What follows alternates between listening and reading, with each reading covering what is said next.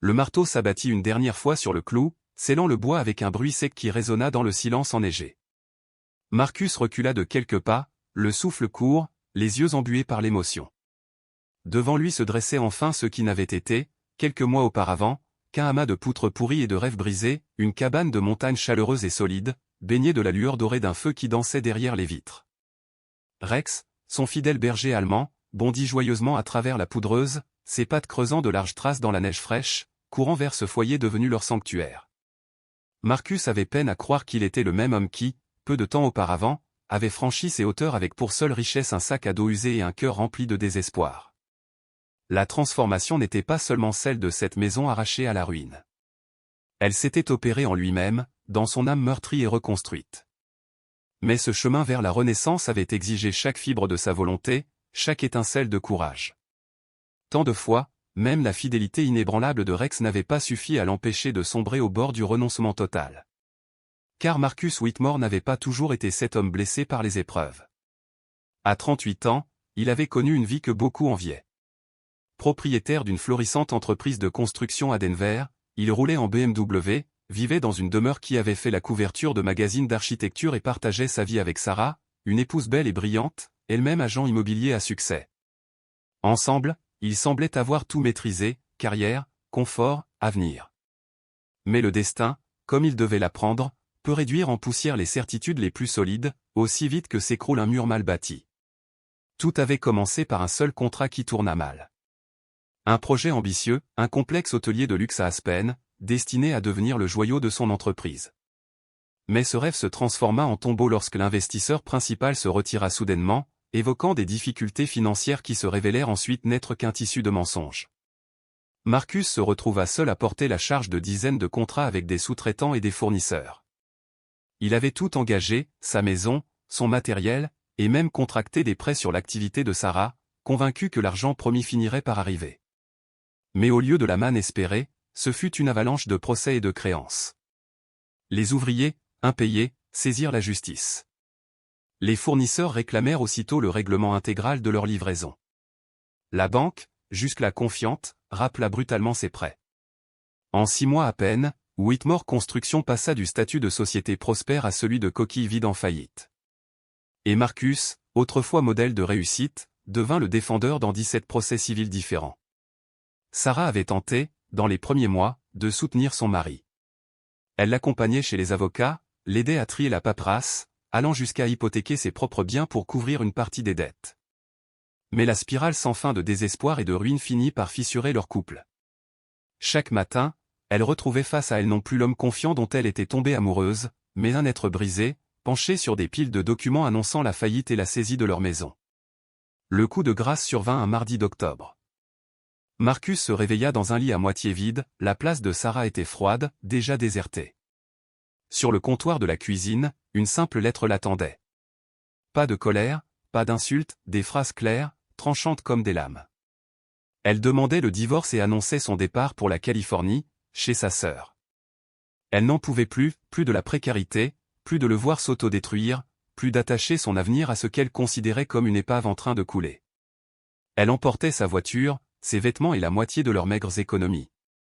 Leur maison, elle, serait saisie d'ici 30 jours. Marcus lut ces lignes 3 fois avant d'en comprendre le sens. Puis son regard se posa sur Rex, leur berger allemand de 3 ans, cadeau de Noël d'un temps révolu où il pouvait se permettre des chiens de race et des primes de fin d'année. L'animal l'observait, ses yeux bruns pleins d'intelligence semblant saisir toute la gravité de l'instant. Marcus, la voix brisée, murmura « Eh bien, mon vieux, il ne reste plus que toi et moi. » La queue de Rex s'agita doucement, hésitante, mais prête à affronter n'importe quelle tempête à ses côtés. La saisie se déroula exactement comme prévu.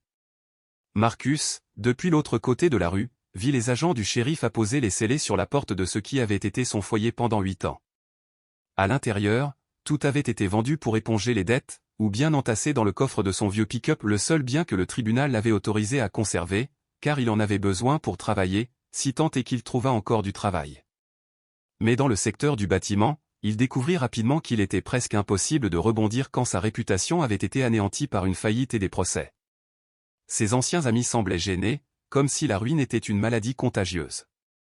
Les rares chantiers qu'il décrocha furent de petites missions payées en liquide, à peine suffisantes pour l'essence et les chambres miteuses de motels sans charme. Pendant 3 longues semaines, Marcus et Rex vécurent ainsi, ballottés de stations-service en hôtels bas de gamme, nourris de fast-food et d'incertitudes. Il avait bien de la famille, d'un frère à Phoenix, une sœur à Seattle, mais comment appeler ses proches pour leur avouer qu'il avait tout perdu?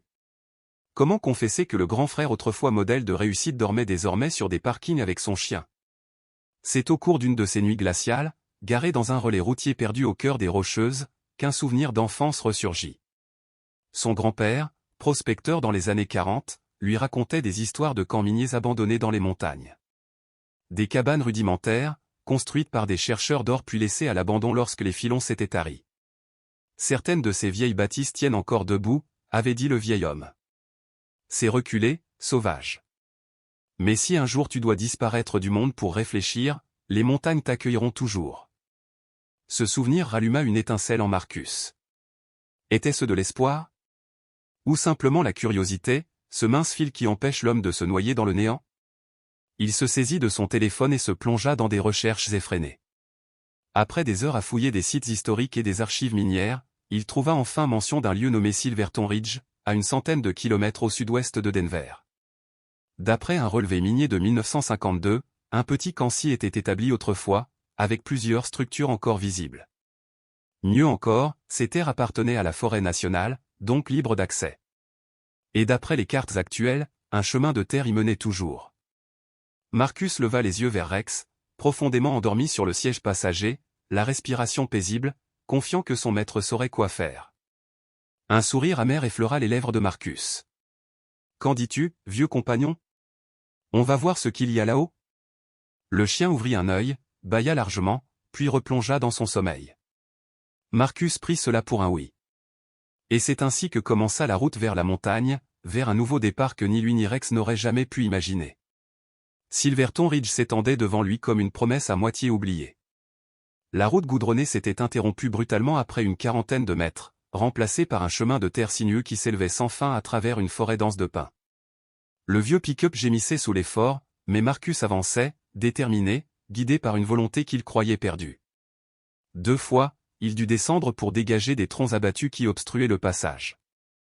Une autre fois, il attendit, immobile, que le moteur refroidisse après une montée trop raide. À ses côtés, Rex, son fidèle berger allemand, semblait ravi de l'expédition. La tête penchée hors de la fenêtre, le museau frémissant, il buvait avec extase l'air vif de la montagne. Plus il montait, plus les arbres s'éclaircissaient, laissant apparaître à l'horizon les cimes nues et granitiques de la ligne de partage des eaux. L'air était d'une pureté presque irréelle, tellement différent de l'atmosphère saturée de gaz d'échappement de Denver qu'il en avait la tête qui tournait. Quand avait-il respiré un air aussi limpide pour la dernière fois? Finalement, l'ancien camp minier apparut. Mais de camp, il ne restait que des ruines, des pans de murs écroulés, des planches noircies, des pierres de fondation rongées par le temps. Pourtant, au bout de ce qui avait jadis été la rue principale, Marcus aperçut quelque chose qui fit bondir son cœur. Une cabane. Encore debout. Certes, elle n'était pas en bon état. Le toit s'affaissait dangereusement, plusieurs fenêtres étaient brisées, et le porche menaçait de s'effondrer. Des lianes et des broussailles l'avaient englouti presque entièrement, et un pin, planté trop près du mur nord, avait poussé au point d'introduire ses branches à travers l'une des fenêtres brisées. Mais l'essentiel tenait, 4 murs solides, et au moins une partie d'un toit. Sous la saleté et la mousse, les troncs de bois paraissaient robustes. Marcus sut aussitôt qu'il tenait là une chance. Il gara le pick-up et descendit. Rex bondit en avant, fou de joie, explorant chaque recoin avec cette ardeur insouciante que seuls les chiens connaissent. La cabane dominait une clairière verdoyante qui dévalait jusqu'à une ligne de tremble. Plus bas, la terre plongeait dans une vallée abrupte, et au-delà se dressaient des sommets enneigés d'une beauté sauvage. Marcus resta un moment immobile. Ce n'était pas tant la vue qui l'émut, mais le silence. Après des mois passés dans des motels bruyants, à 2 pas des autoroutes et des relais routiers, cette absence totale de vacarme humain lui sembla presque étourdissante. Seul le vent faisait frissonner les pins. Seuls résonnaient les pas de Rex, courant d'un buisson à l'autre. Il fit le tour de la cabane avec l'œil expert d'un homme qui avait consacré 15 années de sa vie à la construction. La base de pierre, posée sans mortier, mais imbriquée avec une précision incroyable, avait résisté à des décennies de gel et de dégel. Les murs en rondin étaient encore solides. Le toit, en revanche, était un désastre, poutres tordues, tôles rouillées et percées. Mais rien d'insurmontable. Cela demanderait du travail, beaucoup de travail. Mais Marcus avait les compétences, le temps et surtout ce besoin urgent d'un projet capable de redonner un sens à sa vie. Cette première nuit, Marcus et Rex dormirent dans le pick-up, garé près de la cabane. Allongé, Marcus contempla un ciel étoilé d'une splendeur oubliée depuis son enfance. La Voie lactée s'étirait au-dessus de lui comme une rivière de lumière, et au loin l'appel d'une chouette traversait la vallée. Pour la première fois depuis des mois, l'anxiété constante qui lui collait à la peau sembla s'alléger. Peut-être que tout cela était de la folie. Peut-être que s'isoler dans une cabane en ruine au sommet d'une montagne n'était qu'une autre fuite. Mais peut-être aussi que c'était exactement ce qu'il lui fallait. Le lendemain, le jour se leva froid et limpide. Rex était déjà debout, courant dans les broussailles avec une joie débridée, comme s'il avait enfin trouvé son royaume. Marcus fit chauffer du café sur son réchaud de camping et s'assit sur le haillon du pick-up. Les idées se bousculaient dans sa tête. D'abord, rendre la cabane étanche. L'hiver n'était qu'à quelques mois, et les nuits, déjà, mordaient de froid à cette altitude. Le toit serait la priorité, puis l'isolation des murs. Ensuite, il pourrait penser au confort, installer un poêle à bois, réparer les fenêtres, improviser une douche rudimentaire. Il avait quelques outils dans le pick-up, assez pour commencer. Ces économies, bien que maigres, suffiraient pour acheter les matériaux essentiels, à condition d'être prudent. Le village traversé la veille, 30 miles plus bas, possédait une quincaillerie. Il devrait y retourner souvent, mais la vieille camionnette pouvait encaisser la route cabossée. Finissant son café, Marcus se leva, empli d'un sentiment qu'il croyait disparu, un but. Rex accourut immédiatement, la queue battant l'air, prêt à partager cette nouvelle aventure. Marcus gratta l'oreille du chien et murmura, « Allons-y, mon vieux. Voyons ce qu'on peut faire de cet endroit. » Le travail fut encore plus ardu que prévu, mais d'une difficulté saine, presque salvatrice. Après des mois passés à se sentir impuissant, paralysé par les échecs et les pertes, Marcus retrouvait la satisfaction de ses mains. Chaque clou planté, chaque fissure colmatée devenait une victoire. Il commença par le toit. L'ancienne tôle rouillée devait être remplacée. Cela impliqua un premier aller-retour au village. Le propriétaire de la quincaillerie, un vieil homme nommé Pete, observait Marcus charger des plaques de métal ondulées dans son pick-up. « Silverton Ridge, hein, dit-il d'un ton curieux. Voilà des années que plus personne n'y monte. Autrefois, des vieux allaient chasser là-haut, ou pêcher. Mais aujourd'hui, tout le monde trouve ça trop isolé. » Marcus haussa un sourcil. « Isolé à quel point ?» Pete éclata de rire. « Disons que tu ne pourras pas commander une pizza. Et ton téléphone ne captera pas grand-chose. Si tu as un vrai problème là-haut, tu ferais mieux de pouvoir descendre par toi-même, parce que personne ne viendra te chercher. » Ces mots, qui l'auraient terrifié quelques mois plus tôt, résonnèrent en Marcus comme une bénédiction. L'isolement était exactement ce dont il avait besoin. Il acheta non seulement de la tôle, mais aussi des vivres en conserve, des piles, du propane, une trousse de premier secours. Si la montagne devait devenir son refuge, il voulait être prêt. La pose du nouveau toit prit 3 jours entiers, de l'aube au crépuscule. La fatigue était immense, mais elle avait un goût de délivrance. Rex, à sa manière, s'impliquait lui aussi. Parfois, il déposait un outil à ses pieds, comme s'il comprenait. Parfois, il savait juste quand s'asseoir près de lui, offrant une présence silencieuse qui redonnait courage. Le chien s'adapta à cette vie montagnarde comme s'il l'avait toujours attendu, journée passée à courir dans la forêt, soirée allongée aux pieds de son maître, les yeux brillants dans la lueur du feu. Peu à peu, Marcus changeait. Son corps, affaibli par des mois d'angoisse et d'insomnie, retrouvait force et vigueur. Les muscles qu'il croyait perdus renaissaient sous l'effort quotidien. Le souffle pur de la montagne balayait les brumes de son esprit. Même son visage reprenait des couleurs. Rex, lui aussi, se transformait. Son pelage devenait épais, lustré, et il acquérait l'allure robuste d'un véritable chien de travail. Mais le plus bouleversant fut ce qui changea à l'intérieur. Marcus découvrait un silence qui ne pesait plus, mais apaisait. Une solitude qui n'écrasait pas, mais libérait. Chaque clou planté dans le bois n'était pas seulement une réparation matérielle, c'était une cicatrice intérieure qui se refermait. Là, au cœur des montagnes, dans cette cabane en ruine qui reprenait vie, Marcus renaissait lui aussi. L'angoisse constante qu'il avait rongée depuis l'effondrement de son entreprise commençait enfin à se dissiper, comme une brume que le soleil perce après une longue nuit glaciale.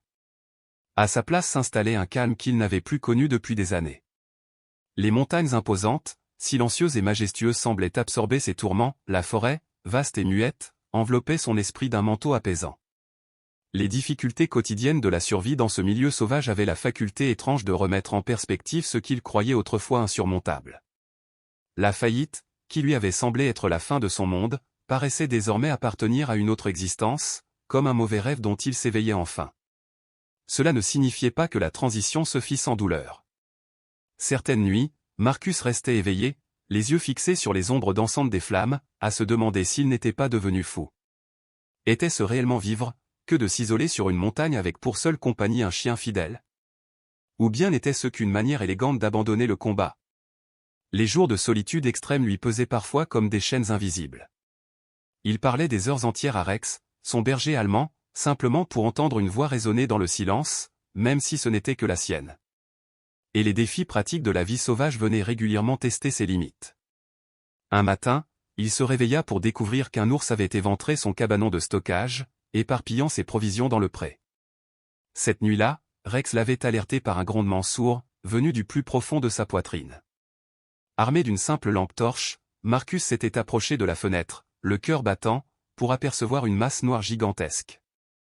L'ours démontait méthodiquement les planches fragiles du cabanon, fouillant parmi les conserves et les sacs de nourriture. Son premier réflexe fut de vouloir sortir, crier, brandir quelque chose pour effrayer l'animal. Mais le regard inquiet de Rex et un reste de bon sens le retinrent à l'intérieur.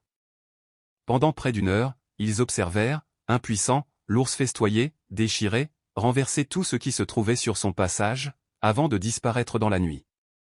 Au matin, Marcus constata l'étendue des dégâts, tout le miel avait disparu, plusieurs sacs de fruits secs engloutis, et une grande partie de ses conserves réduites à néant. Plus grave encore, le cabanon lui-même avait été déchiqueté comme du carton. Cette nuit marqua une révélation, il avait sous-estimé la réalité du pays des ours. L'expérience, brutale mais nécessaire, l'enseigna plus que n'importe quel manuel de survie. En ville, Pet, le commerçant de la quincaillerie, l'écouta sans surprise. Les ours noirs sont curieux de tout, expliqua-t-il. Et leur flair est si puissant qu'ils sentent la nourriture à des kilomètres. Si tu veux rester là-haut, il te faut du matériel solide, un vrai système de stockage à l'épreuve des ours. Marcus investit alors dans des conteneurs métalliques robustes, et il apprit à maintenir son campement d'une propreté méticuleuse. Il se mit à étudier le comportement des ours, à reconnaître leurs traces, à distinguer les signes de leur présence. L'épreuve l'avait humilié, mais elle avait aussi éveillé en lui un profond respect pour cette nature sauvage dont il partageait désormais l'espace. À mesure que l'hiver s'installait, il réalisa que son isolement n'était pas total. La neige, chaque matin, révélait l'histoire silencieuse des habitants invisibles de la montagne. Les empreintes d'élan, de cerfs, de lapins et d'autres créatures parsemaient le sol gelé, témoignant de leur lutte quotidienne pour survivre. Peu à peu, Marcus apprit à déchiffrer ces signes comme on lit un livre ancien. Une famille de cerfs vint même à fréquenter régulièrement la prairie. Leur élégance à travers la neige, leurs mouvements mesurés, éveillaient en lui une admiration tranquille. Rex, d'instinct, comprit qu'il ne fallait ni les effrayer ni les poursuivre. Assis à côté de son maître, il les observait en silence, ses yeux reflétant une sagesse animale presque humaine. Les longues nuits d'hiver devinrent pour Marcus des moments de réflexion profonde. Il se mit à tenir un journal. D'abord simple carnet de bord pour noter ses activités quotidiennes, il devint rapidement le lieu intime de ses pensées les plus enfouies. À la lueur vacillante de la lampe à huile, tandis que Rex dormait paisiblement près du feu et que le vent hurlait à travers les arbres, il se penchait sur son passé. Il écrivit sur son mariage avec Sarah, cherchant à comprendre comment deux êtres autrefois liés par l'amour avaient pu devenir si incompatibles face à l'adversité. Il retraça les décisions qui avaient précipité la chute de son entreprise, et peu à peu, la colère et l'amertume qu'il portait en lui commencèrent à se dissoudre. Mais surtout, il mit des mots sur une vérité nouvelle, ce refuge montagnard n'était pas une fuite hors de la vie, mais un retour vers son essence la plus pure. La simplicité, le silence, la confrontation directe avec les éléments lui donnaient le sentiment d'être enfin revenu à lui-même. En décembre, la métamorphose de son cabanon en véritable foyer était spectaculaire. Des fenêtres neuves laissaient entrer la lumière. Une petite cuisine fonctionnelle s'était organisée autour d'un poêle efficace. Marcus avait bricolé une douche rudimentaire grâce à un réservoir alimenté par gravité, rempli de l'eau glacée du ruisseau voisin. Du bois de récupération lui avait permis de fabriquer des meubles simples, et ses propres photographies de la nature environnante décoraient les murs, comme pour immortaliser ce lien croissant entre lui et la montagne. Mais la nature n'avait pas fini de le mettre à l'épreuve. Lors du solstice d'hiver, une violente tempête recouvrit la forêt d'une couche de glace épaisse et traîtresse. Les arbres, alourdis, cédèrent sous la pression, plusieurs pins géants s'effondrèrent, l'un d'eux bloquant totalement la route de terre qui le reliait au reste du monde. Pendant près d'une semaine, Marcus et Rex furent prisonniers de leur solitude. Le froid, implacable, rendait les travaux de dégagement dangereux. Et pire encore, la glace avait endommagé son système de panneaux solaires, le privant d'électricité, de lumière et de communication radio. C'est durant cette semaine qu'il saisit pleinement ce que signifiait « dépendre de soi-même ». La cabane ne brillait plus que de chandelles et de lampes à huile. L'eau provenait de la neige fondue, lorsque les tuyaux gelaient. La chaleur du poêle n'était assurée que par une gestion rigoureuse de son stock de bois. Rex, habituellement vif, se faisait plus calme, comme s'il comprenait la gravité de la situation. Sa présence silencieuse, constante, devint l'encre psychologique qui empêcha Marcus de sombrer dans l'angoisse. Au 4e jour, une révélation s'imposa à lui avec une clarté désarmante. Même s'il avait pu dégager la route et descendre en ville, il n'en aurait pas eu envie. Cette solitude forcée, loin d'être une prison, avait été une délivrance. Elle n'avait rien d'effrayant, elle était au contraire profondément apaisante. Il était exactement là où il devait être, faisant exactement ce qu'il voulait, auprès de la seule compagnie dont il avait besoin. Quand enfin le ciel s'éclaircit et que Marcus, armé de sa tronçonneuse, parvint à dégager l'arbre tombé, restaurant ainsi son accès au monde extérieur, il éprouva une étrange réticence. Briser le charme de cet isolement total lui pesait presque. Mais les nécessités de la vie ou le besoin de provisions, de carburant, d'outils l'obligèrent à se rendre en ville. Il ressentait même une curiosité vive à tester les améliorations qu'il avait apportées à son vieux camion pour l'hiver. C'est ce matin-là, dans l'air vif de décembre, que le premier visiteur se présenta à la cabane. Marcus fendait du bois à la hache quand Rex se figea soudain, ses oreilles pointées, son corps tendu. Quelqu'un approchait, brisant pour la première fois le cercle sacré de solitude qui avait transformé Marcus et redonné un sens à son existence. Marcus caressa machinalement la tête de Rex, son fidèle berger allemand, lorsque le chien se figea soudain, les oreilles dressées. Quelques secondes plus tard, il entendit à son tour le bruit caractéristique de pas sur la neige, un craquement régulier, comme des raquettes mordant la poudreuse. De l'autre côté de la lisière d'arbres, une silhouette se détacha enfin. C'était une femme d'une 60aine d'années, vêtue d'une parka rouge éclatante et portant un sac à dos massif. Elle s'arrêta net au bord de la clairière, les yeux écarquillés devant le spectacle inattendu du vieux cabanon minier restauré et de l'homme qui maniait la hache devant l'entrée. « Eh bien, ça alors » lança-t-elle d'une voix forte. « Quelqu'un vit donc encore ici ?» Marcus reposa son outil, s'avança tranquillement et la salua, Rex marchant fièrement à ses côtés. La femme se présenta, Dorothy Hansen, ancienne garde forestière à la retraite, qui arpentait et campait dans ces montagnes depuis plus de 40 ans. Elle accepta la tasse de café qu'il lui proposa et entra avec curiosité dans la cabane, observant chaque recoin du regard. « Je venais parfois ici quand je travaillais, » expliqua-t-elle. Ce vieux camp minier faisait partie de mes lieux favoris. Mais la dernière fois que j'ai vu cette cabane, elle menaçait de s'effondrer. Vous avez accompli un travail extraordinaire. L'après-midi s'écoula en récits et en confidences. Dorothy évoqua les mineurs qui avaient occupé ces terres dans les années 1940, les migrations saisonnières de la faune, et les rares âmes qui, au fil des décennies, avaient tenté de s'installer dans cet isolement rude et majestueux. La plupart des gens ne supportent pas la solitude, dit-elle avec gravité. Ils croient vouloir s'éloigner du monde, mais après quelques semaines, le silence les écrase. Être seul avec soi-même est souvent bien plus difficile qu'ils ne l'imaginent. Mais vous semblez vous en sortir admirablement. Ces paroles eurent sur Marcus un effet inattendu. L'approbation de Dorothy, son regard d'experte sur la restauration de la cabane, ses histoires empreintes de mémoire et d'expérience, tout cela tissa un fil invisible entre lui et la montagne. Il n'était plus seulement un naufragé de la civilisation en quête d'oubli. Il devenait l'héritier d'une lignée d'hommes et de femmes qui avaient trouvé un sens à leur vie dans la rudesse de ce lieu. Avant de repartir, Dorothy lui donna une fréquence radio reliée au poste des rangers en ville. Si jamais vous vivez une véritable urgence, expliqua-t-elle, appelez sur cette onde. Quelqu'un est toujours à l'écoute. Mais souvenez-vous, ici, on attend des gens qu'ils soient autonomes. N'abusez pas de ce privilège. L'hiver s'approfondit, et Marcus entra dans un rythme simple mais plein. Ses journées n'étaient plus dévorées par des objectifs abstraits ou des pressions sociales. Elles étaient entières, consacrées aux gestes essentiels, couper du bois, réparer ses outils, améliorer son abri, et explorer la nature avec Rex. Quand le mercure descendit à -20 pendant une semaine entière, il dut nourrir sans relâche le poêle pour maintenir une chaleur acceptable. Lorsqu'une tempête tardive ensevelit la cabane sous près d'un mètre de neige, il creusa des tunnels jusqu'aux bûchers et aux latrines. Quand les panneaux solaires restèrent recouverts de glace des jours entiers, il s'éclaira à la lueur tremblante des bougies et des lampes à huile, exactement comme les mineurs d'autrefois. Chaque épreuve aurait pu sembler insurmontable dans son ancienne existence citadine. Mais ici, elle n'était plus que des énigmes à résoudre. Un soir, le conduit de cheminée se détacha sous la violence du vent, remplissant la cabane de fumée.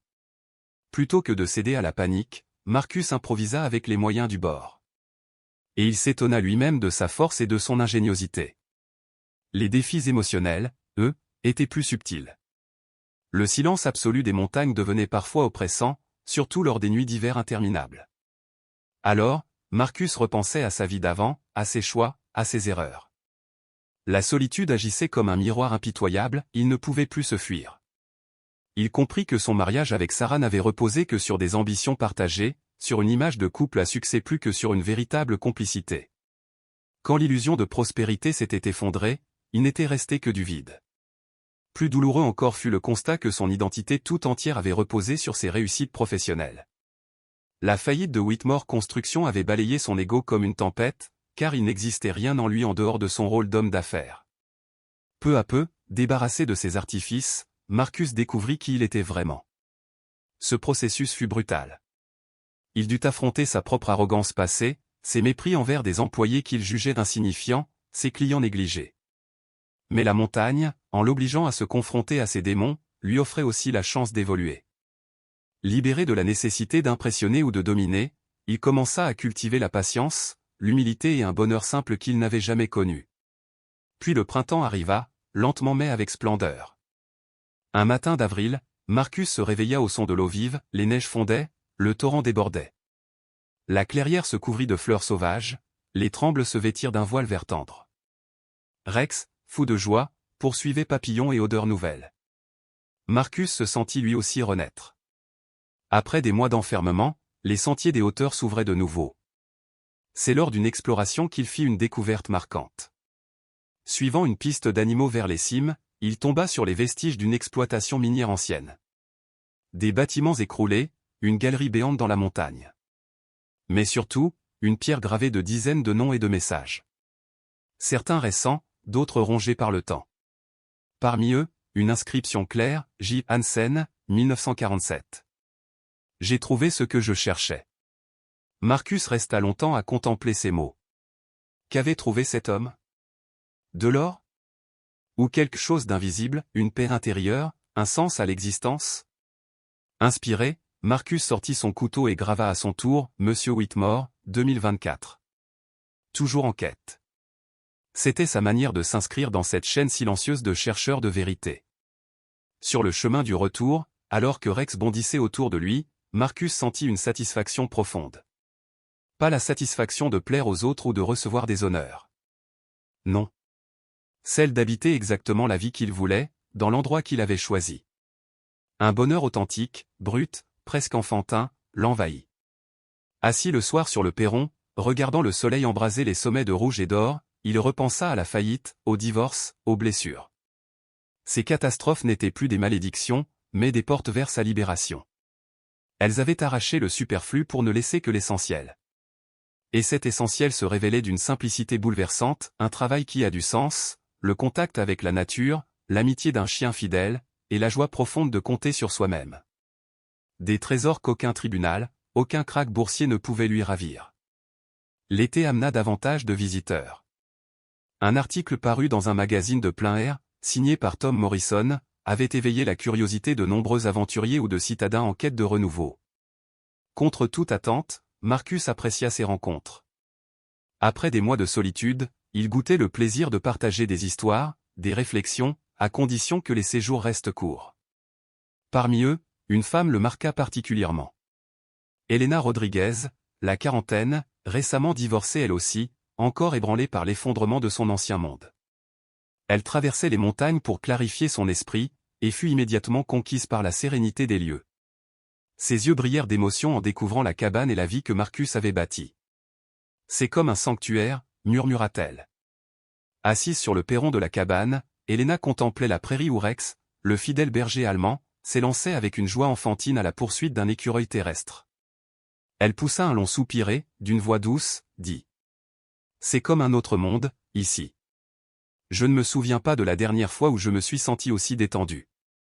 Elena travaillait comme graphiste indépendante. Bien avant son divorce, elle avait déjà adopté un mode de vie à distance, connecté à ses clients par l'écran de son ordinateur. Mais aujourd'hui, face à l'immensité sauvage, une idée nouvelle germait en elle, et si la vraie liberté n'était pas dans la ville, mais dans un espace plus simple, plus humain? Elle et Marcus passèrent de longues heures à discuter, partageant leurs réflexions sur les défis de la vie en montagne. Ils évoquèrent l'isolement, parfois si lourd qu'il pouvait peser sur l'âme, mais aussi les récompenses imprévues, le silence habité par le vent, la beauté brute des saisons, la satisfaction des tâches quotidiennes accomplies de ses propres mains. Je ne crois pas être prête pour quelque chose d'aussi radical, avoua Elena en désignant la cabane et les cimes au loin. Mais je crois que je n'ai plus besoin de vivre au cœur de la ville. Peut-être qu'il existe un juste milieu.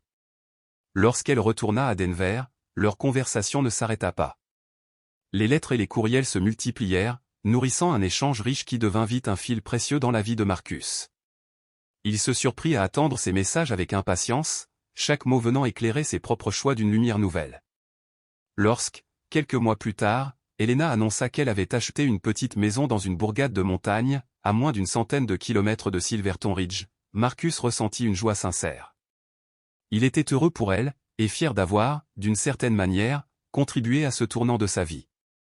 Cette correspondance fut aussi pour lui un miroir. En écrivant à Elena, Marcus prit conscience de combien il avait changé depuis son arrivée. L'homme désespéré qui avait gravi ce chemin solitaire, accablé par ses échecs et consumé par ses pertes, n'était plus. Celui qui vivait désormais dans la cabane restaurée savait éprouver de la compassion, non seulement pour autrui, mais aussi pour lui-même. La montagne lui avait offert une leçon de patience et de bienveillance. Alors que s'annonçait son deuxième hiver là-haut, Marcus comprit que son expérience n'était plus une parenthèse. Ce n'était plus une fuite, mais la construction d'une nouvelle existence. Il n'était plus un fugitif de son passé, il devenait le bâtisseur d'un avenir. Certes, parfois, son esprit vagabondait encore vers ce qui aurait pu être, son entreprise florissante si elle n'avait pas sombré, son mariage si fragile qui aurait pu résister, des choix différents qui auraient peut-être tracé une autre route. Mais ses pensées ne pesaient plus de la même manière. Elles n'étaient plus des regrets brûlants, mais de simples ombres du passé, des pierres sur le chemin qui l'avait mené exactement là où il devait être. Son chalet n'était pas qu'un abri, il était devenu un foyer, d'une authenticité que sa maison luxueuse de Denver n'avait jamais su offrir. La nature environnante n'était pas un simple décor, c'était un monde vivant, vibrant, qu'il apprenait à comprendre et à respecter. Et ce monde, à sa manière, semblait l'accueillir.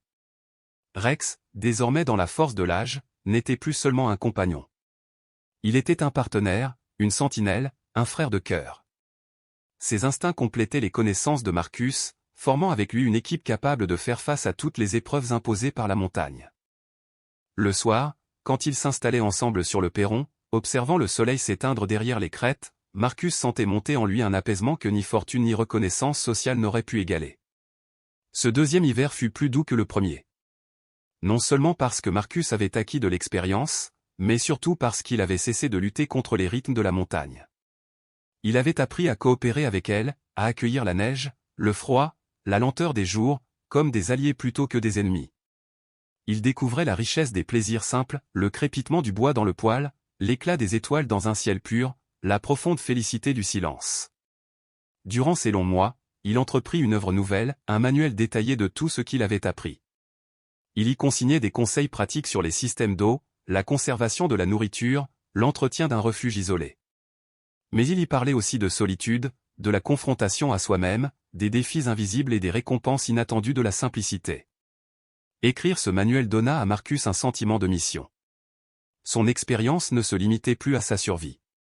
Elle pouvait, peut-être, guider d'autres âmes en quête de changement. En songeant à J. Hansen, ce mineur dont il avait découvert le message gravé dans la pierre, Marcus se demanda si lui aussi laisserait une trace, si son récit pourrait, un jour, inspirer quelqu'un d'autre à franchir ce saut de foi. Quand le printemps revint, Marcus prit une décision qui le surprit lui-même. Avec les modestes économies qu'il avait préservées, il acheta officiellement la concession minière où se trouvait sa cabane. L'acte n'avait rien de coûteux, mais il scellait un engagement, ce lieu était désormais chez lui, juridiquement et émotionnellement. Il ne faisait plus que l'habiter, il en faisait partie. Cette démarche l'amena à rencontrer d'autres âmes singulières. Un ancien professeur vivant dans une cabane hors réseau au Nouveau-Mexique. Un ingénieur à la retraite cultivant des légumes biologiques dans le Montana. Un couple nomade sillonnant l'Ouest américain dans un vieux bus scolaire transformé en maison roulante. Ces histoires lui firent comprendre qu'il n'était pas seul. Des milliers de personnes, à travers le pays, avaient décidé que le prix du succès conventionnel était trop élevé. Tous cherchaient une autre voie, plus authentique, plus riche de sens. Alors qu'il entamait sa 3e année sur la montagne, Marcus sentit naître en lui une nouvelle vision. Son manuel, enrichi au fil des saisons, était devenu un guide complet, allant des techniques de construction aux préparatifs psychologiques nécessaires à l'isolement extrême. Mais au-delà de ce document, il comprit que son parcours symbolisait quelque chose de plus vaste qu'un simple exil après un échec. À une époque où tant d'êtres humains se coupaient de la nature et du travail véritable, son expérience incarnait une alternative, un autre visage de la réussite. Une idée germa alors, doucement nourrie par ses échanges avec Helena et par les conversations avec les rares visiteurs qui passaient par Silverton Ridge, et si la montagne pouvait être partagée? Non pas dans une imitation superficielle, mais dans une expérience guidée? Et si d'autres pouvaient goûter à la vie sauvage, sans pour autant renoncer à tout comme lui l'avait fait? Des ateliers, des retraites, des séjours où l'on apprendrait non seulement à construire un abri ou à gérer des ressources, mais aussi à trouver la paix intérieure dans la solitude, à écouter le langage du vent et des forêts. Les anciennes fondations du camp minier offraient des emplacements où de nouvelles cabanes pourraient être bâties, dans le respect de l'environnement. Avec une planification minutieuse, Marcus entrevoyait la possibilité de créer un centre éducatif. Un lieu modeste, mais porteur d'une grande promesse, aider ceux qui désiraient s'affranchir du modèle imposé et explorer des manières de vivre plus libres, plus vraies. Certes, l'idée exigeait des moyens financiers qu'il ne possédait pas, des autorisations qu'il n'était pas sûr d'obtenir, des compétences qu'il lui faudrait acquérir. Mais l'essentiel était là, Marcus n'était plus simplement un homme en quête de survie. Il devenait un homme porteur d'un projet, d'une vision, d'un avenir à partager. L'Institut des compétences de la montagne. Après 3 années passées à surmonter des défis qui auraient semblé insurmontables à beaucoup, Marcus avait fini par développer une confiance profonde dans sa capacité à faire fonctionner les choses. Mais au-delà de ses propres victoires personnelles, il avait découvert quelque chose de plus précieux encore, la nécessité de donner en retour. Les encouragements, le soutien et l'amitié des personnes qu'il avait croisées sur son chemin de transformation avaient été des piliers essentiels dans sa reconstruction. Désormais, il voulait bâtir quelque chose qui puisse offrir aux autres la même chance de renaissance. C'est au cours de cet été-là que naquit l'idée de ce qu'il allait appeler l'Institut des compétences de la montagne. Le concept, à ses yeux, était d'une simplicité limpide, accueillir de petits groupes de personnes à Silverton Ridge pour 1 ou 2 semaines, leur transmettre des savoir-faire pratiques comme la construction de cabanes, la survie en milieu sauvage, ou encore des pratiques de vie durable. Mais au-delà des techniques, il s'agissait surtout de leur faire découvrir la paix profonde, la clarté d'esprit et l'équilibre intérieur qu'il avait lui-même trouvé en se détachant du tumulte et des distractions artificielles du monde moderne. Helena fut l'une des premières à qui Marcus confia ce projet. Elle l'écouta attentivement, et ses yeux s'illuminèrent à mesure qu'il parlait. Son enthousiasme confirma à Marcus qu'il tenait là une idée capable de répondre à un véritable besoin. Un jour, au détour d'une de ses visites à la montagne, elle lui dit : « Il y a tellement de gens comme tu l'étais. Réussis sur le papier, mais vide à l'intérieur. Des hommes et des femmes qui se demandent si la vie ne doit pas être plus vaste que ce qu'on leur a appris à désirer. Un endroit comme celui-ci pourrait bouleverser leur existence. » Ces mots résonnèrent longtemps en lui. Les premiers obstacles. La première grande épreuve se présenta rapidement, les démarches administratives. Construire de nouvelles structures, accueillir des groupes, organiser des séjours, tout cela nécessitait une série d'autorisations du service forestier, du comté et de l'État. Pour la première fois depuis son installation en altitude, Marcus dut faire appel à un professionnel extérieur, un avocat à Denver. Commencèrent alors de longs mois de paperasse, de réunions et d'attente. À sa grande surprise, il découvrit vite que son histoire l'avait précédé. Les fonctionnaires qu'il devait convaincre connaissaient déjà son nom. Certains avaient lu l'article de Tom Morrison dans le magazine, d'autres avaient vu les reportages consacrés à son mode de vie singulier. Au lieu de le considérer comme un marginal ou une menace écologique, beaucoup le percevaient comme un homme engagé, ayant démontré par l'exemple qu'il était possible de vivre autrement, en respectant la terre et en utilisant les ressources de façon responsable. Le processus dura près d'1 an. Mais Marcus ne perdit pas son temps. Pendant cette période, il affina encore son manuel, qui prit peu à peu la forme d'un véritable ouvrage. Il tissa aussi des liens avec d'autres passionnés de modes de vie alternatifs, des hommes et des femmes porteurs de savoirs précieux, qui deviendraient des partenaires idéaux pour l'Institut. Une conseillère précieuse. Parmi ces nouvelles amitiés, celle de Dorothy Hansen s'imposa. Ancienne garde forestière, habituée à arpenter ces montagnes depuis 40 ans, elle était devenue une conseillère informelle, mais d'une sagesse infinie. Dorothy l'aida à comprendre les enjeux écologiques d'une expansion mesurée de ses activités. Ensemble, ils imaginèrent des plans visant à réduire au maximum l'impact environnemental tout en maximisant la valeur éducative des programmes. La clé, lui rappela Dorothy, c'est de faire comprendre aux gens qu'ils ne sont que des invités ici. La montagne était là bien avant nous, et elle sera encore là après notre départ. Si nous la respectons, elle continuera à nous offrir ce dont nous avons besoin. Ces paroles résonnaient comme un serment sacré. Rex, le gardien des lieux. Durant tout ce temps, Rex, désormais âgé de 5 ans, ne quittait pas Marcus. Compagnon fidèle, il était aussi devenu une présence charismatique auprès des visiteurs. L'animal possédait une sensibilité presque surnaturelle, il percevait les intentions et les émotions des gens avec une justesse incroyable. Ceux qui arrivaient avec respect et curiosité étaient accueillis avec chaleur, acceptés sans réserve dans ce qu'on aurait pu appeler la meute de Rex. En revanche, les simples touristes, avides de sensations ou de divertissements superficiels, se heurtaient à une indifférence glaciale. Marcus apprit à se fier à son jugement. Rarement, le chien s'était trompé. Ainsi, Rex n'était plus seulement un compagnon, il devint un véritable partenaire dans la sélection de ceux qui méritaient d'approcher leur refuge de montagne. Le feu vert officiel. Quand sa 4e année sur la montagne commença, la nouvelle tant espérée arriva enfin, les autorisations étaient accordées. Marcus pouvait construire 3 cabanes supplémentaires et accueillir jusqu'à 12 personnes à la fois, pour des programmes éducatifs n'excédant pas 2 semaines.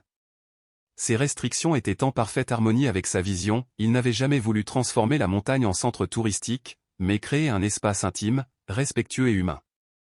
Les travaux commencèrent au printemps. Cette fois, Marcus ne travaillait pas seul, ni dans l'urgence. Chaque étape fut soigneusement documentée, croquis, photographies, notes précises. Il voulait créer un support visuel pour enseigner aux futurs participants les principes d'une construction durable en montagne. Autour de lui gravitaient des volontaires venus pour apprendre et aider. Elena faisait partie de ceux qui, inspirés par son parcours, souhaitaient contribuer à la réussite du projet. Le chantier devint un lieu de partage, d'échange et de camaraderie. Une communauté en construction. Contrairement à son ancienne entreprise de BTP, ici, il n'y avait ni hiérarchie stricte ni rapport d'employés. Chacun était partenaire d'une vision commune, inventer une autre façon de vivre, bâtir de ses mains, retrouver du sens.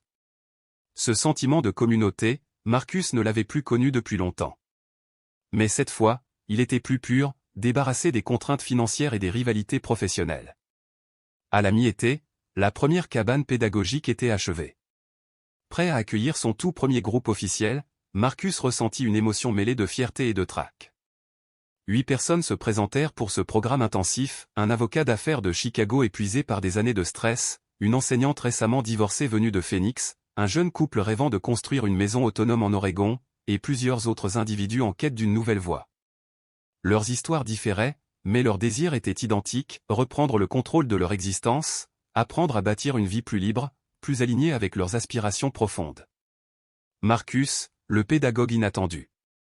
À sa propre surprise, Marcus se découvrit un véritable talent pour l'enseignement. Ses années passées à gérer des équipes de chantier lui avaient appris à découper des tâches complexes en étapes simples. Mais ce qui faisait sa force, c'était sa capacité à comprendre les tourments intérieurs de ses étudiants. Lui-même avait connu la chute, la solitude, le doute. Et c'est précisément cette expérience qui lui donnait la légitimité et la sensibilité nécessaires pour accompagner ceux qui doutaient à leur tour. Mais le véritable atout secret du programme s'appelait Rex. Le chien, calme et épanoui, offrait aux participants un exemple vivant de ce que pouvait être une existence paisible quand les besoins essentiels étaient comblés.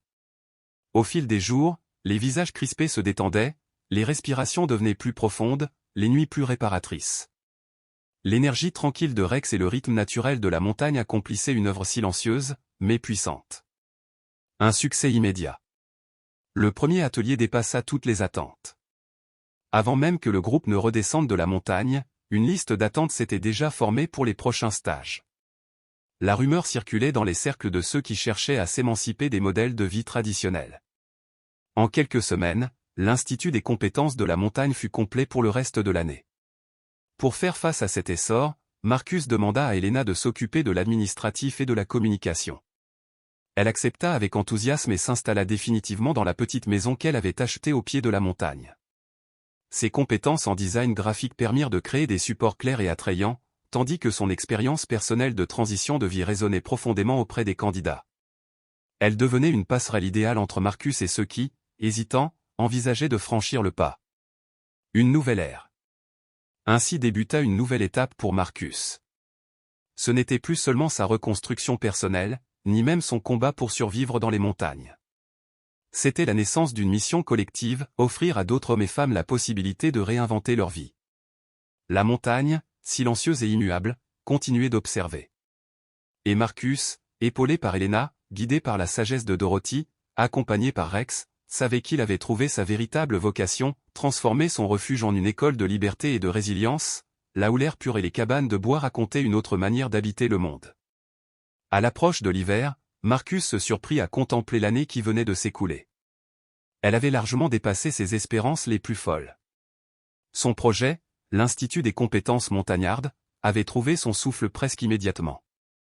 Non seulement il parvenait à couvrir ses frais de fonctionnement, mais il offrait aussi à Marcus un revenu modeste, suffisant pour mener une existence simple et digne. Pourtant, ce n'était pas l'argent qui donnait sa valeur à cette réussite. Ce qu'il avait réellement gagné, c'était un sens profond, une raison de se lever chaque matin, une connexion avec les autres qui n'entravaient jamais la solitude choisie ni l'indépendance farouche qui l'avait attiré vers cette montagne en premier lieu. L'hiver n'était plus synonyme de survie âpre et désespérée. Il devenait désormais une saison de préparation, de réflexion et de construction intérieure. Marcus passait les mois de froid à élaborer de nouveaux programmes pédagogiques, à rédiger des manuels, à inventer des approches qui permettraient aux visiteurs de mieux comprendre et aimer la montagne. Mais dans cet élan de créativité, il restait vigilant. Jamais plus son travail, même le plus gratifiant, ne prendrait toute la place dans sa vie. Il avait connu ce piège avec son entreprise de construction, qui avait fini par l'écraser sous son poids. Cette fois, il veillait à garder l'équilibre, la montagne et sa vie avec Rex, son fidèle compagnon, resterait son centre de gravité, tandis que l'enseignement, aussi noble fût-il, resterait une activité secondaire. 3 ans après avoir franchi le seuil de Silverton Ridge en homme brisé, dépouillé de tout sauf d'un sac à dos et d'un chien, Marcus avait bâti bien plus qu'une cabane. Il avait bâti une vie. Sa maison en bois, restaurée de ses propres mains, était devenue un modèle d'habitat durable en altitude. Confortable sans être luxueuse, efficace sans agresser l'environnement, elle témoignait d'un respect sincère pour la nature. Autour, la prairie était entretenue avec soin, refuge pour les animaux sauvages, mais aussi terrain propice aux besoins humains. Marcus, quant à lui, avait retrouvé une santé robuste, une confiance tranquille et une paix intérieure qui n'avaient plus rien à voir avec les caprices du monde extérieur. Ceux qui venaient le voir n'apercevaient plus un fugitif de la civilisation, mais un homme qui avait choisi, en pleine conscience, un autre chemin. Toujours disposé à partager son savoir, Marcus ne cherchait plus l'approbation des autres. Ses critères de réussite avaient changé, il se mesurait dans la chaleur d'une maison quand le froid mordait dehors, dans la confiance des animaux qui s'approchaient sans crainte, dans le sommeil profond et réparateur que seul un labeur honnête et l'air pur pouvaient offrir. Par un matin de septembre, alors qu'il entamait sa 4e année sur la montagne, Marcus sortit sur le perron, une tasse de café fumante entre les mains. Devant lui, le soleil se levait lentement derrière les crêtes étincelantes. À ses côtés, Rex, désormais grisonnant autour du museau, restait alerte, ses yeux brillant encore d'une vitalité farouche. L'air avait ce goût vif qui annonçait la saison froide, et les teintes dorées de l'automne habillaient déjà la prairie. Un bruit lointain attira son attention, le bourdonnement d'un avion qui traçait sa route bien au-dessus des sommets. Marcus leva les yeux et observa la traînée blanche se déployer sur le ciel d'un bleu limpide. Il pensa aux passagers, pressés d'un endroit à un autre, en quête de quelque chose qu'il croyait toujours ailleurs. Un léger sourire passa sur son visage. Il ne les enviait pas. Ce qu'il avait cherché, il l'avait trouvé ici. Non pas ce qu'il imaginait en gravissant pour la première fois la piste poussiéreuse menant au camp abandonné, ces maigres affaires tassées dans une camionnette cabossée. À l'époque, il croyait chercher une cachette, un endroit où disparaître. Il avait découvert, à la place, un foyer. Il pensait fuir l'échec, il avait rencontré une forme nouvelle de réussite, mesurée par d'autres étalons que l'argent et le statut. Cet après-midi-là devait arriver la première promotion de la saison, 12 personnes, chacune avec ses blessures invisibles, ses doutes et ses désirs d'alternatives. Comme lui, 4 ans plus tôt, elles interrogeaient les définitions conventionnelles du bonheur et du succès. Pendant 2 semaines, elles apprendraient à construire, à survivre, à cultiver, mais surtout à retrouver le goût du travail porteur de sens et de la confiance que procure l'autonomie. Marcus savait déjà qu'il assisterait à des métamorphoses silencieuses, toutes ne quitteraient pas leur ancienne vie, mais toutes repartiraient changées, conscientes que d'autres voies existaient. Le grondement de l'avion s'effaça, et seul demeura le silence immuable des montagnes. Marcus termina son café, gratta Rex derrière les oreilles et rentra à l'intérieur préparer la journée. Au loin, un faucon décrivait des cercles paresseux au-dessus de la prairie, portés par les courants chauds qui s'élevaient du sol. Tout était à sa juste place, et Marcus savait qu'il était là où il devait être. L'homme brisé qui avait franchi cette frontière 4 ans plus tôt n'existait plus. Il avait laissé place à quelqu'un qui avait compris une vérité simple, parfois, il faut tout perdre pour découvrir ce qui compte vraiment. Et pour Marcus, ce qui comptait, il le possédait déjà. Une maison solide et accueillante. Un compagnon fidèle. Un travail porteur de sens. Et la paix infinie des montagnes. Il avait trouvé une richesse que ni les avocats, ni les faillites, ni les marchés volatiles ne pouvaient lui enlever. Une sécurité qui ne dépendait d'aucune décision extérieure. Une réussite mesurée non en dollars, mais dans la sérénité d'une vie bien vécue. Le marteau qui avait enfoncé le dernier clou de sa cabane avait, en réalité, scellé l'enterrement de son ancienne vie. De ces ruines avait surgi une construction plus solide que tout ce qu'il avait bâti auparavant, une existence érigée sur le roc de la nécessité, et non sur le sable mouvant des désirs artificiels. En attendant ses nouveaux élèves, Marcus se remémora le chemin parcouru.